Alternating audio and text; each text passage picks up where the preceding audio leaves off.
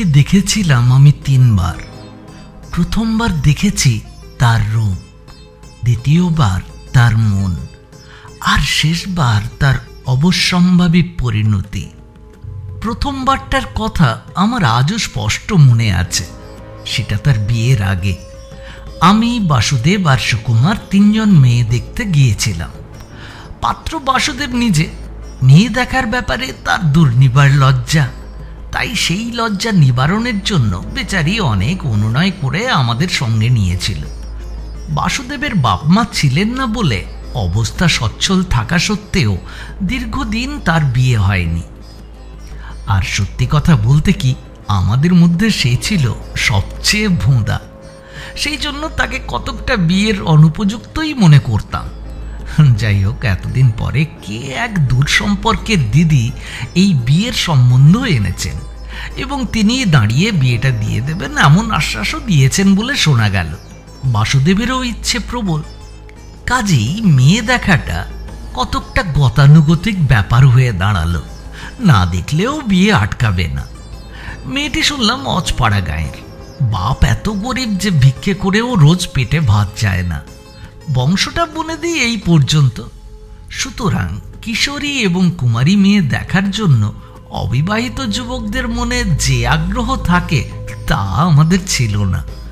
কারণ স্থান, পাত্র এবং পাত্রীর বিবরণ কোনোটাতেই বিন্দুমাত্র স্বপ্নের লেশ ছিল না। শুধু ছিল কাল, অর্থাৎ সময় আমাদের প্রচুর। কতকটা সেই জন্যই আমরা তার মিনতিতে চলেছিলাম।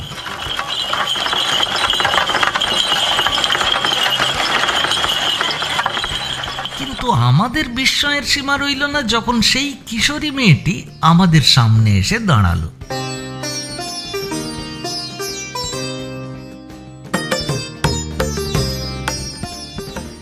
এই সুদূর পাড়াগাঁয়ে বিজন অরণ্যের মধ্যে আমরা এমন জিনিস যে দেখতে পাব তা কখনো কল্পনাও করিনি।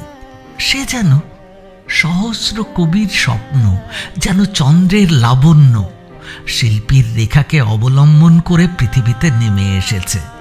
এমনি আশ্চর্য সুন্দর সে আমাদের নমস্কার করে বসল।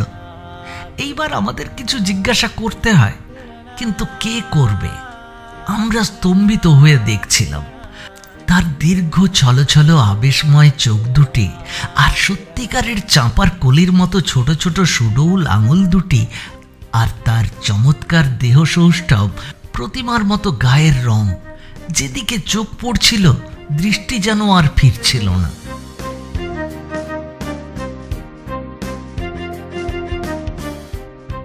মেয়েটি অত্যন্ত বিপন্ন বোধ করছে দেখে আমারই সম্বিত ফিরে এলো। প্রথমে প্রশ্ন করলাম, তোমার নাম কি? অতটুকু মেয়েকে আপনি বলতে সংকোচে বাঁধল যেন।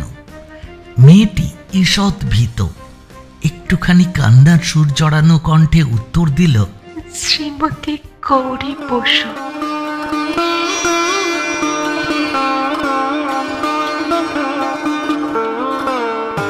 এইবার লক্ষ্য করলাম তার মুখটি বড় মলিন, বেশভূষাও শোচনীয়। বাপ মায়ের চরম দারিদ্র্যের ছাপ তার চারদিকে ঘিরে রয়েছে, যদিও তাকে আচ্ছন্ন করতে পারেনি। আমরা আর কোনো প্রশ্নই করলাম না, কি বা করব। আমাদের ইঙ্গিত পেয়ে গৌরীর বাবা তাকে ভেতরে পাঠিয়ে দিলেন। আমরাও উঠে বাইরে এলাম। তিনি বহুদূর পর্যন্ত আমাদের সঙ্গে এসে হাত জোড় করে বললেন, আমার তো জিজ্ঞাসা করতে সাহস হয় না বাবা, আশা কি আমরা রাখতে পারি? আমি তাকে বললাম, আপনি বিয়ের জোগাড় করুন, আমাদের তরফ থেকে আর কিছু বলবার নেই। তারপর মাঠের ওপর দিয়ে আমরা নীরবে হাঁটতে লাগলাম। এর মধ্যে একবার শুধু বাসুদেব প্রশ্ন করেছিল, কেমন দেখলি? জবাব দিয়েছিলাম, ইডিয়েটের মতো প্রশ্ন করিস না। ব্যাস, আর কোনো কথা নয়।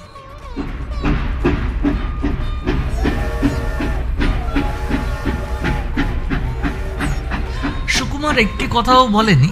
ট্রেনে উঠেই একটা কোণে মাথা রেখে সেই যে চোখ বুঝল, সে চোখ একবারও খোলেনি।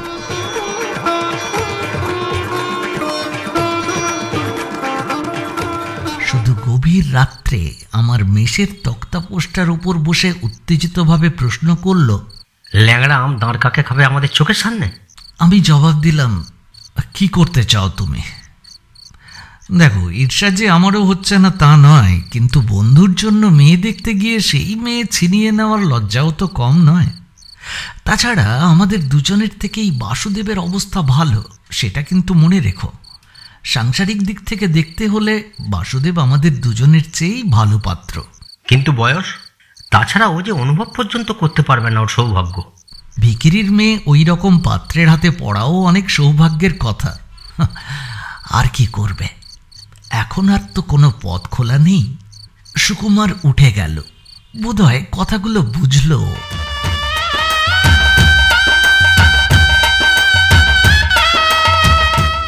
রেনবো মিডিয়ার প্রিয় শ্রোতা বন্ধুরা, আজ শুনবেন প্রখ্যাত লেখক গজেন্দ্র কুমার মিত্রের লেখা একটি মেয়ে। গল্পের শুরুতেই প্রিয় শ্রোতা বন্ধু আপনাদের জানিয়ে রাখি, এটি কোনো ডিটেকটিভ গল্প নয়, এটি কোনো ভূতের গল্পও নয়। কিন্তু গল্পটি পড়ার পর আমার এতটা ভালো লাগলো যে আপনাদেরকে না শুনিয়ে থাকতে পারলাম না। এটি একটি প্রেমের গল্প, আর গল্পটি শুনতে শুনতে যদি আপনাদের গৌরীর জন্য একটুও মন খারাপ হয়, তাহলেই বুঝবো আমাদের উপস্থাপনার সার্থকতা। তাহলে আসুন আর কথা না বাড়িয়ে শুরু করা যাক আমাদের আজকের উপস্থাপনা একটি মেয়ে, গজেন্দ্র কুমার মিত্রের লেখা গল্প একটি মেয়ে।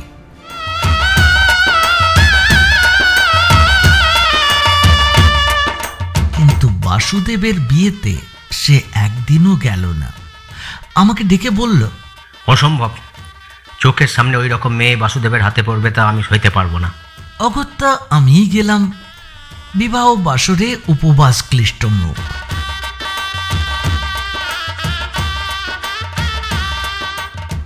পরদিনের বেদনা রক্ত ক্লান্ত দৃষ্টি। ফুলশয্যার রাত্রে মণিমাণিক্য বিভূষিতা রাজেন্দ্রাণী রূপ। প্রত্যেকটি যেন আমার কাছে নব নব বিস্ময়।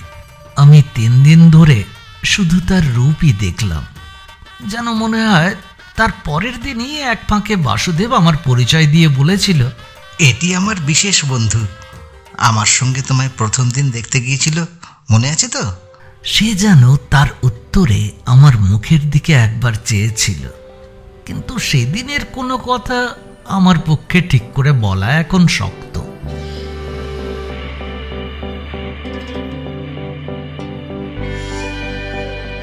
এরপর কিছুদিন আর বাসুদেবের খবর রাখিনি। মাস 6 পরে হঠাৎ শুনলাম সে চাকরি ছেড়ে দিয়ে বউকে নিয়ে দেশে চলে গেছে। বিস্মিত হলাম, কারণ সে ভালো মাইনেই পেত। তবে তার দেশের অবস্থাও ভালো বলে জানতাম, সুতরাং চিন্তিত হলাম না। আরও কিছুদিন পরে ক্রমে ক্রমে বাসুদেব আর তার সুন্দরী স্ত্রী মনের মধ্যে একটা ঈর্ষাকাতর বেদনাদায়ক স্মৃতিতে পর্যবসিত হলো মাত্র।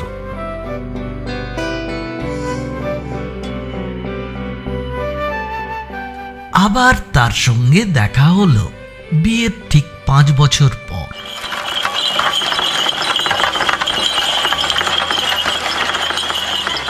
বর্ধমানের এক অত্যন্ত ক্ষুদ্র গ্রামে বিশেষ একটা কাজে গিয়েছিলাম। সেখান থেকে গরুর গাড়ি করে শহরে ফিরে ট্রেন ধরবার কথা, কিন্তু খানিকটা গরুর গাড়িতে চলবার পর আমি নেমে হাঁটতে লাগলাম। গাড়িটা মন্থর গতিতে আমার পিছু পিছু আসতে লাগলো।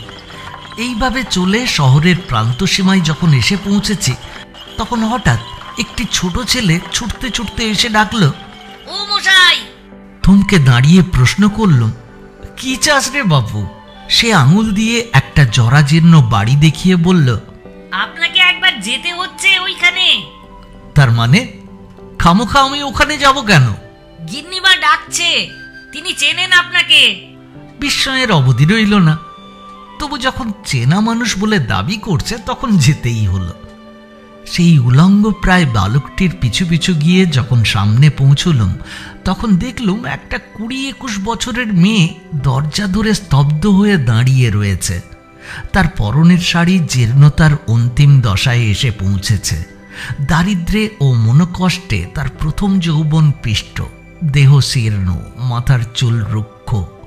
কিন্তু তবু তার সেই আশ্চর্য রূপের কিন্তু তখনও বোধ করি অবশিষ্ট ছিল, কারণ এক নজরেই তাকে চিনতে পারলুম।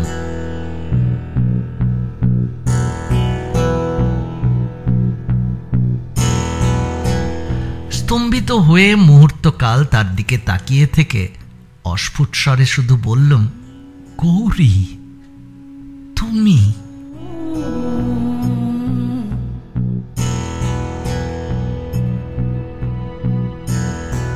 সে একটু হাসল। অস্তম্মুখ দ্বিতীয়বার চাঁদের মতোই তখনও তার সেই হাসিতে বোধ করি আগের লাবণ্য কিছু অবশিষ্ট ছিল। সে হেসে বললে, আসুন না ভেতরে।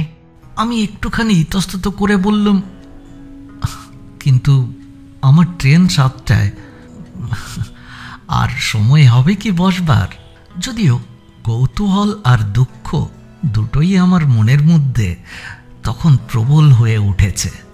যদি জরুরি দরকার থাকে তো আটকাবো না, আর নইলে না হয় কাল সকালেই যাবেন। আমি আর দ্বিধা করলাম না। গাড়িওয়ালাকে সেই নির্দেশই দিয়ে বাইরের ঘরে বসলুম। তারপর বাচ্চা চাকরটি অদৃশ্য হতেই আমি তাকে একযোগে সহস্র প্রশ্ন করলুম। এইসব কি ব্যাপার গৌরী? বাসুদেব কোথায়? তোমরা এখানেই বা কেন? এরকম অবস্থায় বা হলো কি করে? গৌরী মুখ নিচু করে বললে, উনি বাইরে গেছেন। আপনি স্থির হয়ে মুখে হাতে জল দিন, সবই জানতে পারবেন। আমি আরো ব্যাকুল হয়ে প্রশ্ন করলুম, স্থির আমি হবই, তার জন্য চিন্তা নেই, কিন্তু এ কি করে সম্ভব হলো? এই যে আমি ভাবতেই পারছি না। বহুদিন আগে এই মেয়েটি যখন পরের গলায় মালা দেয় তখন যে ঈর্ষাতুর বেদনা অনুভব করেছিলাম, আজ এতদিন পরে সেই ব্যথাই যেন সহস্র গুণ হয়ে কাঁটার মতো বিঁধতে লাগলো। গৌরী বহুক্ষণ স্থির হয়ে দাঁড়িয়ে রইল। তারপরে বললে, উনি বিয়ের কিছুদিন পরেই চাকরি ছেড়ে দিয়ে দেশে চলে যান, কিন্তু দেশেও বেশি দিন থাকতে পারেননি। এদেশ ওদেশ করে ঘুরে বেড়াতে বহু টাকা খরচ হলো। তার উপর মদ ধরলেন।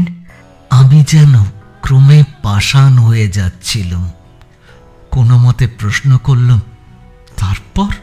দেশের জমি জমা বাড়িঘর সমস্তই বিক্রি হয়ে গেল। এখানে ওর দিদিমার কিছু জমি ছিল, আর এই বাড়িটা, সেই সূত্রেই এখানে আসা। বহুক্ষণ দুজনেই নীরব রইলুম। তারপর আমি আবার অত্যন্ত সংকোচের সঙ্গে বললাম, বাসুদেবের কি মাথাতে কোনো গোলমাল হলো, নাকি অন্য কিছু? সন্ধ্যার আলো ভাঙা বাড়ির মধ্যে তখন নিরতিশয় ম্লান হয়ে এসেছে। তবু তারই মধ্যে দেখতে পেলাম তার সমস্ত মুখে কে যেন সিঁদুর মাখিয়ে দিল। সে যে সুগভীর লজ্জার চিহ্ন তা আমার বুঝতে বাকি রইল না। একবার মনে হলো যেন সে ছুটে পালিয়ে যেতে চাইছে, কিন্তু বহু চেষ্টায় নিজেকে সামলে নিল। খানিকটা পরে অর্ধস্ফুট স্বরে বললে, আমাকে উনি কোথাও রেখে স্থির হতে পারেন না, সেই থেকেই যত গোলমাল। কথাটা আমার বুঝতে দেরি হলো। অবাক হয়ে তার মুখের দিকে চেয়ে জিজ্ঞাসা করলাম, তার মানে? ঈর্ষা, সন্দেহ?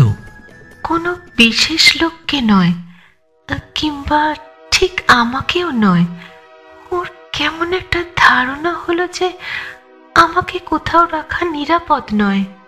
কি সর্বনাশ! আমি স্তব্ধ হয়ে বসে রইলাম অনেকক্ষণ। কথাটা বোঝবার চেষ্টা করলাম, কিন্তু সঠিক ধারণা করতে দেরি হলো। বুঝলাম মনের ভাবটা যাই হোক, এটা মাথা খারাপেরই লক্ষণ। সুন্দরী স্ত্রীর জন্য বাসুদেবের মাথাটা খারাপ হয়ে গেল শেষ পর্যন্ত। কিছুক্ষণ পরে সে বললে, মুখে হাতে জল দিন, উঠুন। আমি সে কথার জবাব না দিয়ে প্রশ্ন করলাম, কিন্তু আজকে সে যে বাইরে বেরিয়েছে, তাহলে মানে তোমাকে একলা রেখে? মদ কিনতে গেছেন শহরে। আরেকবার শিউরে উঠলুম।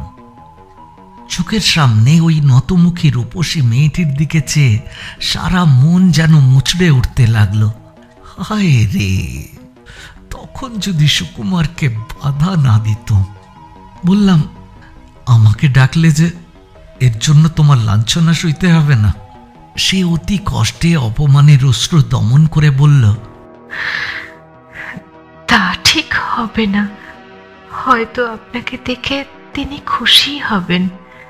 তিনি আপনার নাম প্রায়ই করেন। আর তাছাড়া হয়তো আপনাকে ডেকে অনর্থক ব্যথাই দিলুম, কিন্তু তবু কি যে হলো, না ডেকে যেন থাকতে পারলুম না। আমি উঠে মুখে হাতে জল দিয়ে এসে চৌকিতে বসলুম। সে একটু পরে এক পেয়ালা চা তৈরি করে নিয়ে এসে ঘরে ঢুকল, আর এক হাতে একটা ঠোঙায় রসগোল্লা। একটু ম্লান এসে বলল, দুধ ঘরে থাকে না, পাওয়াও গেল না, রচাই খেতে হবে। আমি ভাবছিলাম আমার এই সময়েই যাওয়াই বোধহয় উচিত হবে, কিন্তু তবু বাসুদেবের সঙ্গে একটা বোঝাপড়া করার চেষ্টা না করেই চলে যেতে মন চাইল না। এরপর যে প্রশ্নটা মেয়েরা কোনো অবস্থাতেই করতে ভোলে না, গৌরী সেই প্রশ্নই করল। বিয়ে করলেন কবে? করিনি। এখনো করেননি? না, সে উত্তর শুনলে তুমি হয়তো ব্যথাই পাবে। সে কথা থাক। কে বলেছে ব্যথা পাবো? কে বলেছে আপনাকে? না, বলতেই হবে। মুহূর্তের মধ্যে আমার বুকটাও যেন কেঁপে উঠল। স্খলিত কণ্ঠে বললাম, তোমাকে দেখার পর আর কোনো মেয়ের কথা আমি ভাবতেই পারি না গৌরী। আজও সেই প্রথম দিনটার কথা ভুলতে পারিনি যে।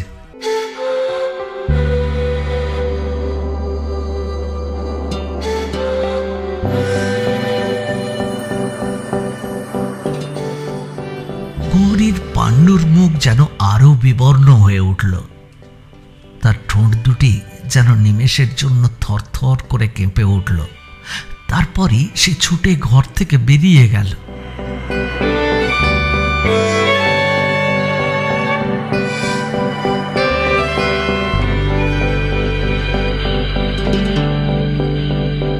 বাইরের ম্লান আলোতেই একটা ছায়া অনুভব করলাম। সঙ্গে সঙ্গেই তীব্র কণ্ঠে একটা প্রশ্ন এলো, কে কে ভেতরে? আমি উঠে দাঁড়িয়ে যতদূর সম্ভব সহজ গলাতেই প্রশ্ন করলাম, কে? বাসুদেব? এতক্ষণ কোথায় ছিলে? এসো এসো। বাসুদেব মুহূর্ত কয়েক বাইরেই স্থির হয়ে দাঁড়িয়ে রইল। তারপর ভেতরে এসে ঢুকেও প্রথমটা ঠিক চিনতে পারল না। তার মুখে অপরিচয়ের বিস্ময় লক্ষ্য করে বলল, আরে কি হে, চিনতে পারলে না? এইবার তার স্তিমিত চোখে পরিচয়ের জ্যোতি এলো। সে খুশি হলো যেন, বলল, আরে সুমেশ। কিন্তু আমি অবাক হয়ে তার দিকে চেয়েছিলাম। এ কি সেই বাসুদেব? কোথায় তার সেই গোলগাল চেহারা, আর কোথায় তার সর্বাঙ্গে সেই প্রাচুর্যের প্রসন্নতা? চেহারা শীর্ণ, চক্ষু কোটরাগত, সর্বাঙ্গে অভাব, দুশ্চিন্তা ও মদ্যপানের চিহ্ন। এমনকি এই বয়সেই তার মাথার চুলগুলো অধিকাংশই পেকে সাদা হয়ে গিয়েছে। বুঝতে পারলাম যে গৌরীকে সে কষ্ট দিয়েছে বটে, কিন্তু যন্ত্রণা নিজেও কম সহ্য করেনি। বাসুদেব এগিয়ে এসে আমারই চৌকিটার উপর বসে পড়ল। তার জীর্ণ ও মলিন ওড়নিটার মধ্যে ছিল মদের দুটি বোতল। সে দুটো আমার কাছে গোপন করবার চেষ্টা মাত্র না করে আমারই পাশে বার করে রাখল। তারপর জিজ্ঞাসা নেত্রে চেয়ে প্রশ্ন করল, তারপর হঠাৎ? এখানে একটু কাজে এসেছিল, হঠাৎ শুনলাম তোমার নাম, এখানেই আছো শুনলাম, তাই খুঁজে খুঁজে বেড়াচ্ছিলাম। তোমার গিন্নি দেখতে পেয়ে চাকর পাঠিয়ে জানিয়ে দিলেন যে এই বাড়িটাই বটে। যা হয়রান হয়েছে, উনি দয়া না করলে হয়তো খুঁজেই পেতাম না। বাসুদেব যেন অন্যমনস্ক হয়ে বাইরের দিকে চেয়েছিল। আমিও চুপ করে কথাটা বলবার সুযোগ চিন্তা করতে লাগলো, অর্থাৎ কিছুক্ষণ চুপচাপ দুজনে। এই সময় সেই ছেলেটি একটি ভাঙা হ্যারিকেন জেলে এনে ঘরের মাঝখানে বসিয়ে দিয়ে গেল। আমি আলোটাকে হাত দিয়ে আড়াল করে ফেললুম। কিন্তু বাসুদেব, এই অবস্থার কারণ কি? কি হয়েছে? কি ব্যাপার? বাসুদেব একটু ম্লান হাসি ছড়িয়ে উঠে বসে বললে, হবে হবে, যখন এতদিন পরে পেয়েছি তোমাকে তখন সবই বলবো, কিন্তু ঘরে বোধহয় কিছুই নেই। অতিথি সৎকারের ব্যবস্থা করে আসি, একটু বসো। সে ভেতরে চলে গেল। ভেতর থেকে অস্ফুট দু একটা কথাও শুনলাম। মিনিট 15 পরেই সেই ছেলেটি একটা খালি তেলের বোতল ও একটা বাটি হাতে করে আমারই সামনে দিয়ে বেরিয়ে গেল। বুঝলুম সে দোকানে গেল। তারই একটু পরে বাসুদেব ফিরে এসে আবার চৌকিতে বসল, কিন্তু কথাটা পারতে তার বিলম্ব হতে লাগলো। সংকোচে আমরা কেউ কারুর দিকে চেয়ে থাকতে পারছিলুম না। দুজনেই লণ্ঠনটার দিকে চেয়েছিল। মিনিট 5 পর বাসুদেব বলল, তোর তো অজানা কিছুই নেই সোমেশ। আমার তুই সব খবরই রাখতিস। ভুল হলো আমার গৌরীকে বিয়ে করা, আর সেই থেকেই ব্যাপার চলছে। কিন্তু ভুলটা কি? অকস্মাৎ সে যেন উত্তেজিত হয়ে উঠল। ভুল নয়, দেখেছিস তো গৌরীকে তুই? ওই রকম রূপ এর আগে কোথাও নজরে পড়েছে, বিশেষ করে বাংলাদেশে? আর আমি কি আছে আমার? তোদের মধ্যে আমি ছিলুম ডাল, সেটা আমি বুঝতে পারতুম না মনে করিস? ওই মেয়েকে বিয়ে করা আমার পক্ষে কিছুতেই উচিত হয়নি। আমার কি আছে? কেন ভালোবাসবে আমাকেও? কি পাগলের মতো বকছিস? কে বলেছে তোর উচিত হয়নি? পাত্র হিসেবে আমাদের মধ্যে সবচেয়ে ভালো ছিলি তুই। আমরা সবটা উপর চালাকিতে মারতে চেষ্টা করতাম, তুই সেটা পারতিস না। কিন্তু পৃথিবীতে উপর চালাকির কোনো স্থান নেই, এটা তুই ঠিক জেনে রাখ। রূপে গুণে সবেতেই তুই আমাদের চেয়ে বড় ছিলি। আমাকে ভোলাবার চেষ্টা করিসনি সোমেশ, আমি সব বুঝি। আমার ভুলও আমি বুঝতে পারলুম বিয়ে করার পরই। দেখতে পেলুম প্রত্যেকটা লোকই ওকে দেখে চঞ্চল হয়ে ওঠে। বয়স নেই, সম্বন্ধ নেই, কোনো কিছু বাধা বা বিচার নেই তাদের কাছে। তার উপর নিজের দিকে তাকিয়ে যখন দেখলুম ওকে পাবার মতো কোনো যোগ্যতাই আমার নেই, তখন আর জ্ঞান রইল না। সে কিছুক্ষণ চুপ করে রইল, কিন্তু তার চোখের দিকে চেয়ে আমি শিউরে উঠলুম। এ যেন ক্ষুধার্ত পশুর দৃষ্টি। কিছুক্ষণ পরে সে কতকটা নিজের মনেই বলতে লাগলো, ওকে নিয়ে দেশ বিদেশে কতই ছোটাছুটি করলুম, কিন্তু কিছুতেই স্থির হতে পারলুম না। একদিকে দেখি সমস্ত পুরুষ ওকে ছিনিয়ে নিতে চাইছে, আর একদিকে দেখতে পাই আমি ওর থেকে কেবলই দূরে সরে যাচ্ছি। যোগ্যতার পথে কেবলই অধঃপতন ঘটছে আমার। কিন্তু এ যে নিছক পাগলামি বাসুদেব। ছি ছি, মিথ্যে একটা ফাঁকা খেয়ালের বসে নিজেও কষ্ট পাচ্ছিস আর ওকেও কষ্ট দিচ্ছিস। এই দুর্মতি তোর কি করে হলো? আমি বলছি তুই বিশ্বাস কর, তুই সর্বাংশে ওর উপযুক্ত। তুমি মিছে কথা বলছো। ওর কষ্ট লাঘব করার জন্য আমাকে স্তব দিচ্ছ, কিন্তু আমি জানি। কি বোঝাবো এই উন্মাদকে? মিনিট খানেক চুপ করে থেকে বলল, কিন্তু মদ কেন ধরলি তুই? একেবারে পুরোপুরি সর্বনাশের পথে নেমে এলি। সে হঠাৎ আমার দিকে ফিরে আমার দুটো হাত চেপে ধরল, তারপর ফিসফিস করে বলল, সর্বনাশ? যেদিন বিয়ে করেছি ওই সর্বনাশীকে, সেই দিনই তো আমার সর্বনাশ পুরো হয়ে গেছে সোমেশ। কেন মদ খাই শুনবি? বিয়ের 2-3 মাস পর থেকে আমি আর ওর সঙ্গে এক ঘরে শুইনি কখনো। শুতে পারি না, ঘৃণা বোধ হয়। মনে হয় যে আমার বুকের মধ্যে শুয়ে শুয়ে আমাকেই সর্বান্তঃকরণে ঘৃণা করবে, অবজ্ঞা করবে। সে আমি সইব কেমন করে? তাই শুই না। কিন্তু তুই ভেবে দেখ, মানুষের শরীর তো, সমস্ত মন আকুল হয়ে ওকে চায়। সেই সাংঘাতিক কামনার সঙ্গে যুদ্ধ করা কি সহজ কথা? সেই জন্যই আমাকে মদ ধরতে হয়েছে। রাত্রে মদ না খেলে পারি না এই ব্যথা সহ্য করতে। আমি আর শুনতে পারলুম না, ছুটে বাইরে এসে দাঁড়ালুম।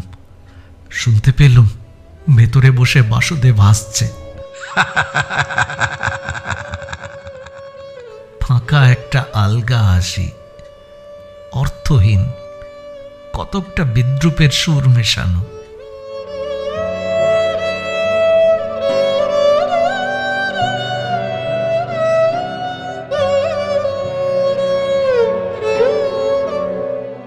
বহুক্ষণ অন্ধকার মাঠে মাঠে ঘুরে বেড়ালাম, দু একবার হোঁচট খেয়ে পড়েও গেলাম, কিন্তু আমার তখন কোনো জ্ঞান ছিল না। শুধু মনে হচ্ছিল সেই নিশীথ অন্ধকারের বুক বিদীর্ণ করে যদি নিয়তির দেখা পাই তো তাকে নখে করে ছিঁড়ে টুকরো টুকরো করে ফেলি। যাকে দেখে অবধি নিজের জীবন শূন্য হয়ে গেছে, জীবনের সমস্ত নিষ্ফল কামনা যার ছায়াকে কেন্দ্র করে দিন রাত আজও ঘুরে বেড়াচ্ছে, সেই মেয়েকে পেয়ে এই উন্মাদটা এমন করে নষ্ট করলো, যার এক মুহূর্তের প্রসন্নতার জন্য সমস্ত জীবন উৎসর্গ করা যায়। বুক ভরা এই নিরতিশয় গ্লানি আর ধিক্কার নিয়ে কতক্ষণ ঘুরে বেরিয়েছি জানি না। চৈতন্য হলো যখন দেখতে পেলাম সেই ছেলেটি আলো নিয়ে আমাকে খুঁজতে বেরিয়েছে। ফিরে এসে দেখলাম গৌরী সেইভাবেই দূরের কাছে দাঁড়িয়ে আছে স্থির হয়ে। আমি কোথায় ছিলাম এবং কেন ঘুরে বেড়াচ্ছিলাম কোনো প্রশ্নই করল না। শুধু আমার মুখে বোধহয় আত্মগ্লানির ও দুঃখের ছাপ স্পষ্ট হয়ে ফুটে উঠেছিল। সেদিকে চেয়ে মুহূর্ত দুই এর জন্য তার দৃষ্টি উজ্জ্বল হয়ে উঠল। আমার দুঃখে তার জীবনের বোধ করি প্রথম স্তুতিগান শুনল সে। ভেতরে ঢুকে দেখলাম চৌকি খালি। জিজ্ঞাসু নেত্রে গৌরীর দিকে চাইতে সে নীরবে আঙুল দিয়ে দালানের কোণের ঘরটা দেখিয়ে দিল। উঁকি মেরে দেখলাম ঘরের মেঝেতে একটা ডিবে জ্বলছে, আর তারই সামনে একটা ছেঁড়া মাদুর পেতে বসে বাসুদেব আপন মনে মদ খাচ্ছে। তার অদ্ভুত দৃষ্টি ধূমময়ী কম্পমানা অগ্নিশিখার উপর নিবদ্ধ। ফিরে আসতে গৌরী বলল, ওইভাবেই সারা রাত কেটে যাবে। সকালের দিকে ঘন্টা দুয়েকের জন্য শুধু ঘুমন। মাতাল হয়ে কিছু হ্যাঙ্গাম করে না তো? ঈষৎ হাসির চেষ্টা করে গৌরী জবাব দিল, বিশেষ না। আমি ঠিক কি জানতে চাইছি তা বুঝেই কথাটা এড়িয়ে গেল।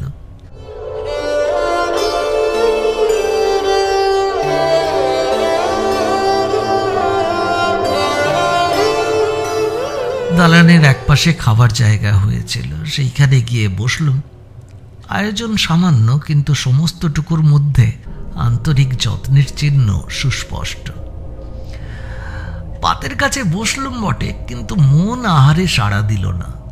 যা আমার হতে পারত, অবেলায় যাকে হারিয়েছি তারই মূল্য জীবনের মধ্যাহ্নে নূতন করে চোখে পড়ে মনকে পীড়িত করছে। কিন্তু সে কথা কি করে প্রকাশ করব? কেমন করে জানাবো সেই ব্যর্থতার বেদনা? পৃথিবীতে একসময় আশ্চর্যভাবে এই যে জ্যোতির্ময়ী রমণীর জন্ম হয়েছিল, তাকে শুধু শোচনীয়ভাবে লোকচক্ষুর অগোচরে অন্তরে বাইরে শুকিয়ে মরবার জন্যে। আমি যে খেতে পারছি না তা গৌরী লক্ষ্য করেছিল।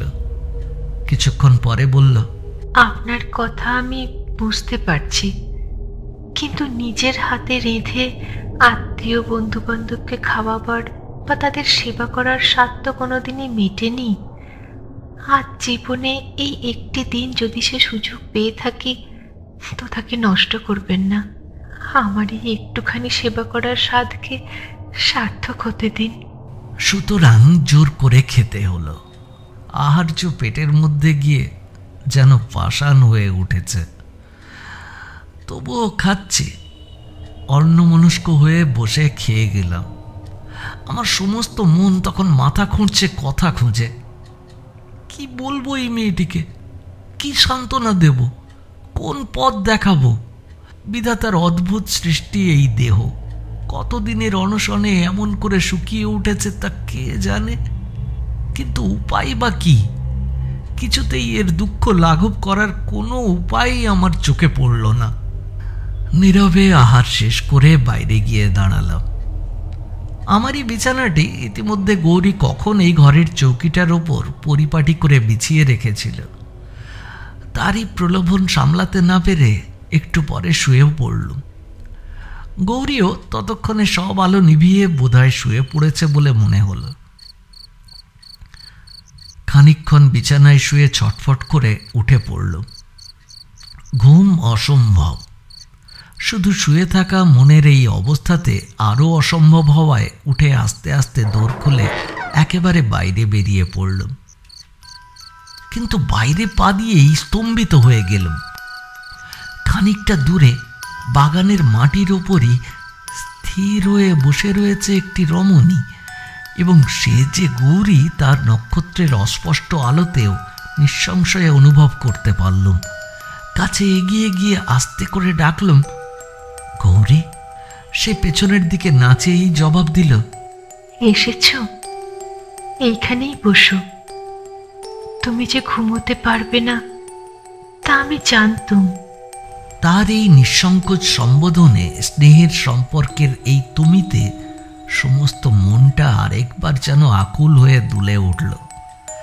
কিন্তু কোনো কথাই বলতে পারলুম না, শুধু তার পাশে বসে পড়লুম। সে আগের কথার জের টেনে বলে চলল, কিন্তু কেন মিছে আমার জন্য ভেবে কষ্ট পাচ্ছ?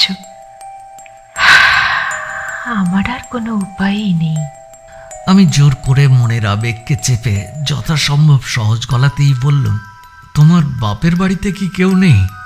সে একটুখানি চুপ করে থেকে বলল, বাবা আছেন, দাদাও আছেন, কিন্তু সেখানে গিয়ে থাকার কোনো উপায় নেই। উনি ছাড়বেন না, আর জোর করে রেখে দেওয়ার মতো অবস্থাও তাদের নয়। সপ্তাহে 2 দিন করে উপোস করে থাকতে হয় তাদের। আমি চুপ করে রইলুম। কি আর বলবো এরপর? সেও কিছুক্ষণ চুপ করে থেকে বলল, কি ভাবছিলাম জানো? সেই প্রথম দিন মেয়ে দেখতে যাওয়ার কথা। তোমরা 3 জনে গিয়েছিলে, মনে আছে? দেখা দিতে এসে লজ্জায় ভালো করে চেয়ে দেখতে পারিনি, কিন্তু তারপর যখন তোমরা চলে এলে তখন জানলার আড়াল থেকে দেখেছিলুম। আমার ছোট বোন তোমাকেই ভুল করে দেখিয়ে দিয়ে বলেছিল, ওই তোর বর। আমি তাই জানতুম। বিয়ের সময় ওকে দেখে চমকে উঠেছিলুম। এইসব সামান্য কথা, তোমরা জানো না। সেদিনের কথা হয়তো মনেও নেই, কিন্তু আমি একটি কথাও ভুলিনি। আমার মনে যে কি আছে তা আমি কেমন করে জানাবো? সেদিনের প্রতিটি কথা বুকে আজও আমার গাঁথা আছে। অনেকক্ষণ দুজনেই চুপ করে বসে রইলুম। তারপর যে কথাটা সংশয় ও সংকোচের মধ্যে মনে দেখা দিচ্ছিল সেই কথাটাই বলে ফেললাম, গৌরী, আমি যদি তোমাকে নিয়ে যেতে চাই তাহলে যাবে?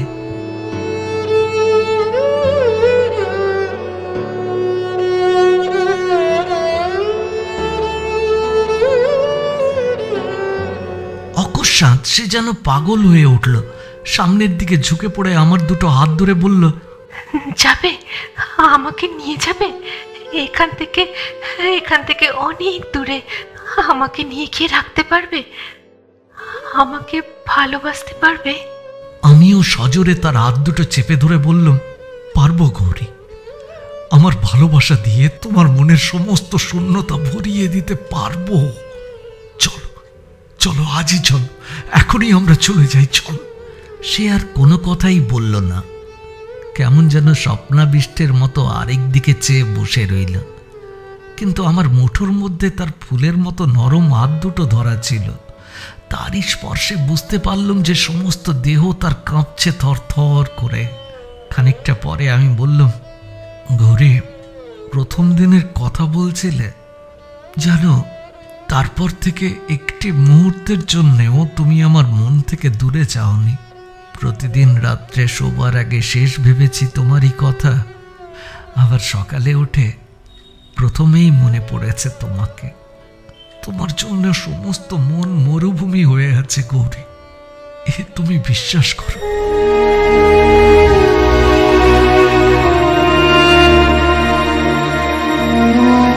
ঘুম ভেঙে চমকে ওঠার মতো আমার দিকে চেয়ে হঠাৎ সে বললে, না না, সে হয় না, আমি যাব না। কেন গৌরী? না কেন? কেন না বলছো? আবার যদি তুমি আমাকে ঠকাও, যদি নিয়ে গিয়ে ভালো না বাসো, না না, সে আমি সইতে পারবো না।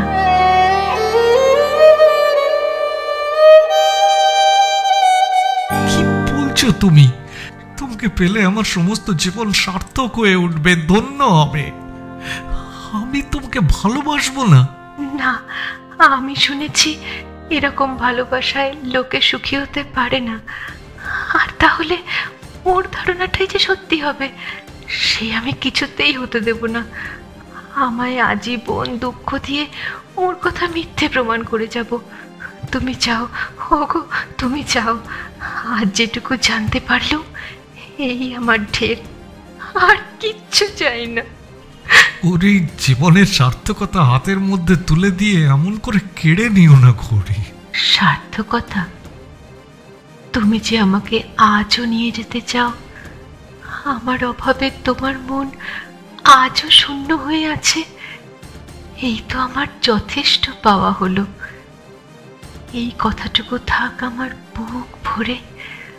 আমার দুর্ভাগ্য দিয়ে তোমার জীবনকে বিড়ম্বিত করতে চাই না। না, তুমি চাও, চাও।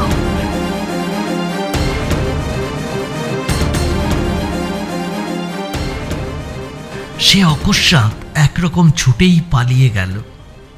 আমি বাধা দিতে পারলাম না, শুধু মনে হলো আরেকবার অসহ্য একটা শূন্যতা গ্রাস করতে আসছে আমাকে।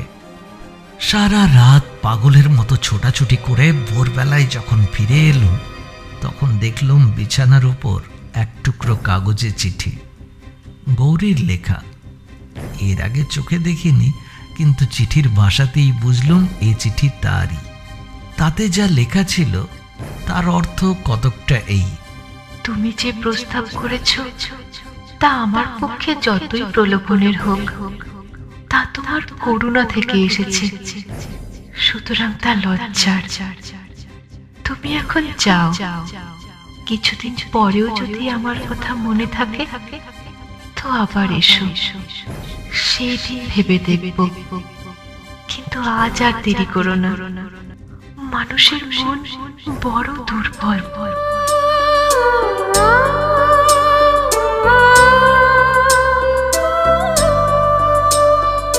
অত্যন্ত আঁকামাকা হাতের লেখা, বিস্তর বানান ভুল, কিন্তু তবু সেই কাগজের টুকরোটি আমার কাছে জীবনের সার্থকতার আশা বয়ে এনেছে। আমার কাছে তা পরম মূল্যবান। সযত্নে আমি কাগজটিকে বুক পকেটে রেখে দিলাম এবং তখনই আমার সামান্য মালপত্র নিজেই বয়ে নিয়ে বেরিয়ে পড়ল। এ তার আদেশ, যার প্রসন্নতার জন্য কোনো সাধনা করবার অধিকার আমি কোনোদিন লাভ করব এই আশা ছিল আমার স্বপ্নেরও বাইরে। সুতরাং এ আদেশ আমি পালন করবই, তা সে যত কঠিনই হোক।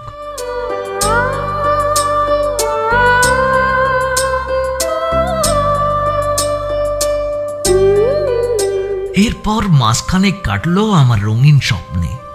গৌরী ছিল আমার কাছে দুরাশা হয়ে, সুতরাং তাকে নিয়ে স্বপ্নজাল বুনবার সৌভাগ্য আমার কোনোদিনই হয়নি। শুধু তাকে মনে করে নিবিড় নৈরাশ্যের দীর্ঘশ্বাস পড়ত মাত্র। আজ সেই দুর্লভ অবসর আমার উপস্থিত, সেই অচিন্তিত সৌভাগ্য। দিন রাত তার কথা ভাবতে ভাবতে প্রায় পাগল হয়ে উঠলুম যখন, তখন আর অপেক্ষা করতে না পেরে আবার একদিন বর্ধমানের পথে বেরিয়ে পড়লুম, অনেক আশা এবং অনেক আকাঙ্ক্ষা বুকে নিয়ে।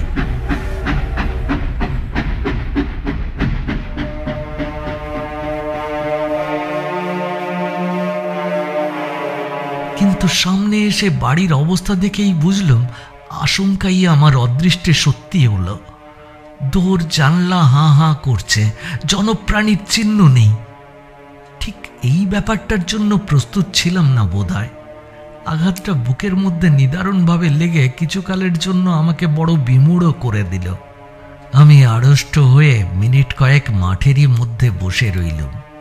জীবনের সমস্ত আশা আনন্দের আলো এক নিমেষে চোখের সামনে নিভে গেলে যে অবস্থা হয়, আমারও তখন সেই অবস্থা। অনেকক্ষণ পরে উঠে গ্রামের লোকের দূরে দূরে ঘুরে সংবাদ যা পাওয়া গেল তাতে জানতে পারলাম যে আমি যেদিন গিয়েছিলাম তার পরের দিনই ওরা কোথাও চলে গেছে, একেবারে সম্পূর্ণ অজ্ঞাতবাস।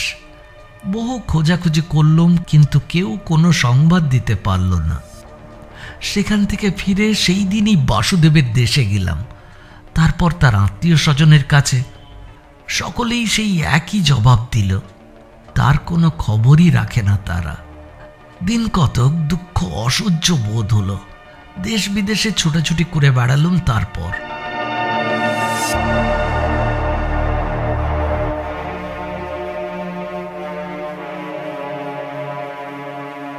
সব দুঃখই একদিন না একদিন শুয়ে যায়, সুতরাং আমারই দুঃখ শুয়ে গেল।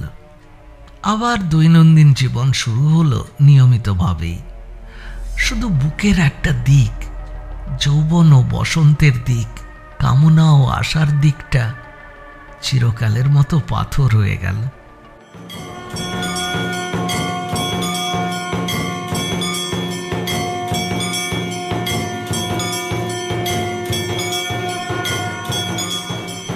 এর 5 বছর পরে আবার গৌরীর দেখা পেলাম। মণিকর্ণিকার ঘাটে সন্ধেবেলায় বেড়াতে গিয়েছিলাম। এমনি তখনও গোধূলির আলো এমন ম্লান হয়নি, সন্ধ্যার কিছু বিলম্ব আছে। সময়টা এইরকম। শ্মশান থেকে একটু দূরে দাঁড়িয়ে একটা জ্বলন্ত চিতার দিকে চেয়ে আছে। হঠাৎ নজরে পড়ল শতচ্ছিন্ন মলিন কাপড় পরা একটি রমণী। দেখলে পাগলি বলেই মনে হয়। হেঁট হয়ে পুরনো চিতার ছাইয়ের মধ্যে থেকে কি যেন খুঁজছে। এক মুহূর্ত মাত্র, কিন্তু দৃষ্টির সঙ্গে সঙ্গে এই মনের মধ্যে অকারণে যেন একটা দোলা লাগলো। মনে হলো বিস্মৃত লোকের কোনো একটি মানুষের সঙ্গে এর কিছুটা সাদৃশ্য আছে।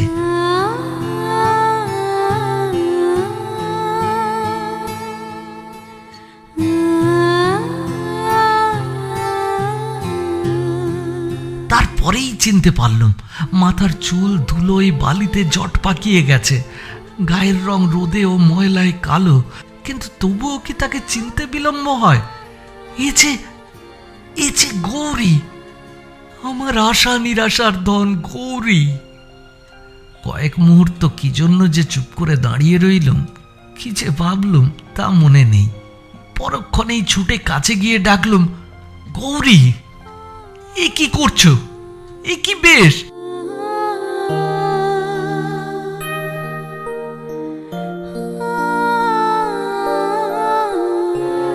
সে চমকে মুখ তুলে চাইল, কিন্তু দৃষ্টির বিহ্বলতা দেখে বুঝলুম যে সে আমাকে চিনতে পারেনি, খুব সম্ভবত আর পারবেও না। গৌরী, গৌরী, আমাকে চিনতে পারছো না? আমি। সে একটা দীর্ঘশ্বাস ফেলে শান্তভাবেই বলল, না। তারপর আবার হেঁট হলো। আমি তার হাতটা ধরে বললুম, কি খুঁজছো গৌরী? সে মাথা না তুলেই জবাব দিল, তার অস্থি। শুনেছি সে আত্মহত্যা করেছে, শুনেছি তাকে এইখানে পোড়ানো হয়েছে, কিন্তু অস্থি কিছুতেই খুঁজে পাচ্ছি না। অনেক দিন ধরে খুঁজছি। সমস্ত বুক আমার বেদনার মুগুরে যেন গুঁড়িয়ে যাচ্ছিল। তবু আমি জোর করে তার হাত দুটো ধরে তাকে তুলে জিজ্ঞাসা করলাম, কার অস্থি খুঁজছো গৌরী? কার কথা বলছো? ওর কথা, আমার স্বামীর কথা বলছি। তার অস্থি না পেলে যে আমার বিশ্বাস হচ্ছে না। নিশ্চিন্ত না হয়ে আমি কি করে তার কাছে যাব? কার কাছে যাবে গৌরী? কে সে? জানো না, সোমেশের কাছে যাব।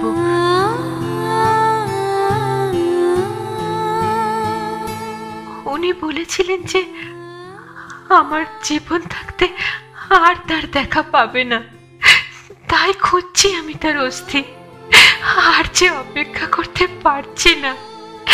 আমাকে যেতেই হবে, যেতেই হবে। গৌরী, আমাকে তবুও চিনতে পারলে না? আমি যে সোমেশ। তুই ভালো করে যাও আমার দিকে তাকিয়ে দেখো। আমি তোমাকে এতকাল পরে খুঁজে পেয়েছি গৌরী। সে যেন নিমেষের জন্য ব্যাকুল হয়ে চাইল আমার দিকে। তারপরেই মাথা নেড়ে দৃঢ় কণ্ঠে বলল, না, তুমি সোমেশ নও। আমাকে ঠকাচ্ছ? উনি বুঝি পাঠিয়েছেন তোমাকে আমায় ধরে নিয়ে যাবার জন্যে? কিন্তু আর আমি কিছুতেই যাব না, কিছুতেই না। আমি কোন রকম বাধা দেবার আগেই সে বিদ্যুৎ গতিতে ছুটে পালিয়ে গেল। ঊর্ধ্বশ্বাসে দৌড়ে মুহূর্তের মধ্যেই কোন গলির ফাঁকে অদৃশ্য হয়ে গেল।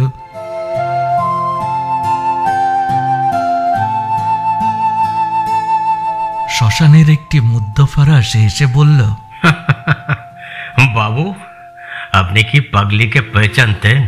হ্যাঁ হ্যাঁ, ওকে চেনো তুমি? আরে হ্যাঁ, ও তো রোজই এখানে আসে। এসে ওই যে সব ছাই আর কয়লা ঘেটে বেড়ায়। ও কি আপনার কেউ হতো বাবু? আমি তার কথার জবাব না দিয়েই জলের ধারে এসে দাঁড়ালাম।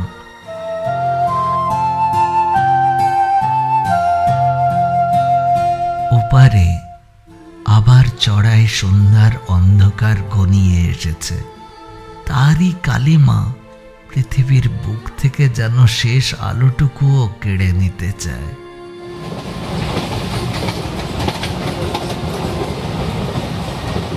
সেই দিন রাত্রের ট্রেনেই কাশী ত্যাগ করল।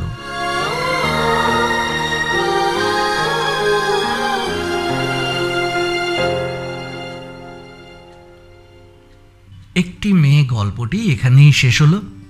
গল্প পাঠে অংশগ্রহণ করেছেন কৌশিক, সুতপা, বিবেক ও অরুণের সাথে আমি কমলেশ। আমাদের উপস্থাপনায় আপনাদের এই গল্পটি যদি শুনতে ভালো লেগে থাকে তাহলে এখনও যদি আমাদের চ্যানেলটিকে সাবস্ক্রাইব না করে থাকেন তাহলে এখনই সাবস্ক্রাইব করুন, আর সেই সাথে লাইক, কমেন্ট আর শেয়ার করার কথাও ভুলবেন না। আর আমাদের নতুন চ্যানেল রামগরুড়ের ছানা, যার লিঙ্ক আমরা নিচে দিয়ে রেখেছি, নির্ভেজাল আনন্দ পাওয়ার জন্য আমাদের ওই ভিডিও চ্যানেলটিতে যান। আপনাদের এই কর্মব্যস্ত জীবনে আপনাদের মুখে যদি সামান্য হাসিও ফুটিয়ে তুলতে পারে আমাদের রামগরুড়ের ছানা, তার জন্য অবশ্যই যান, একবার আমাদের চ্যানেলটিতে ঘুরে আসুন। ভালো লাগলে সাবস্ক্রাইব করতে ভুল করবেন না, আমাদের সঙ্গে থাকবেন। আর আমাদের কাছে পাঠিয়ে দিতে পারেন আপনার শোনা কোনো জোকস, যেটা আমরা ভিডিওতে রূপান্তরিত করে আপনাদের সামনে হাজির করব। আজ তাহলে এ পর্যন্ত, আবার দেখা হবে পরবর্তী গল্পে। সবাই ভালো থাকবেন, সুস্থ থাকবেন আর শুনতে থাকবেন রেনবো মিডিয়া স্টুডিও। নমস্কার।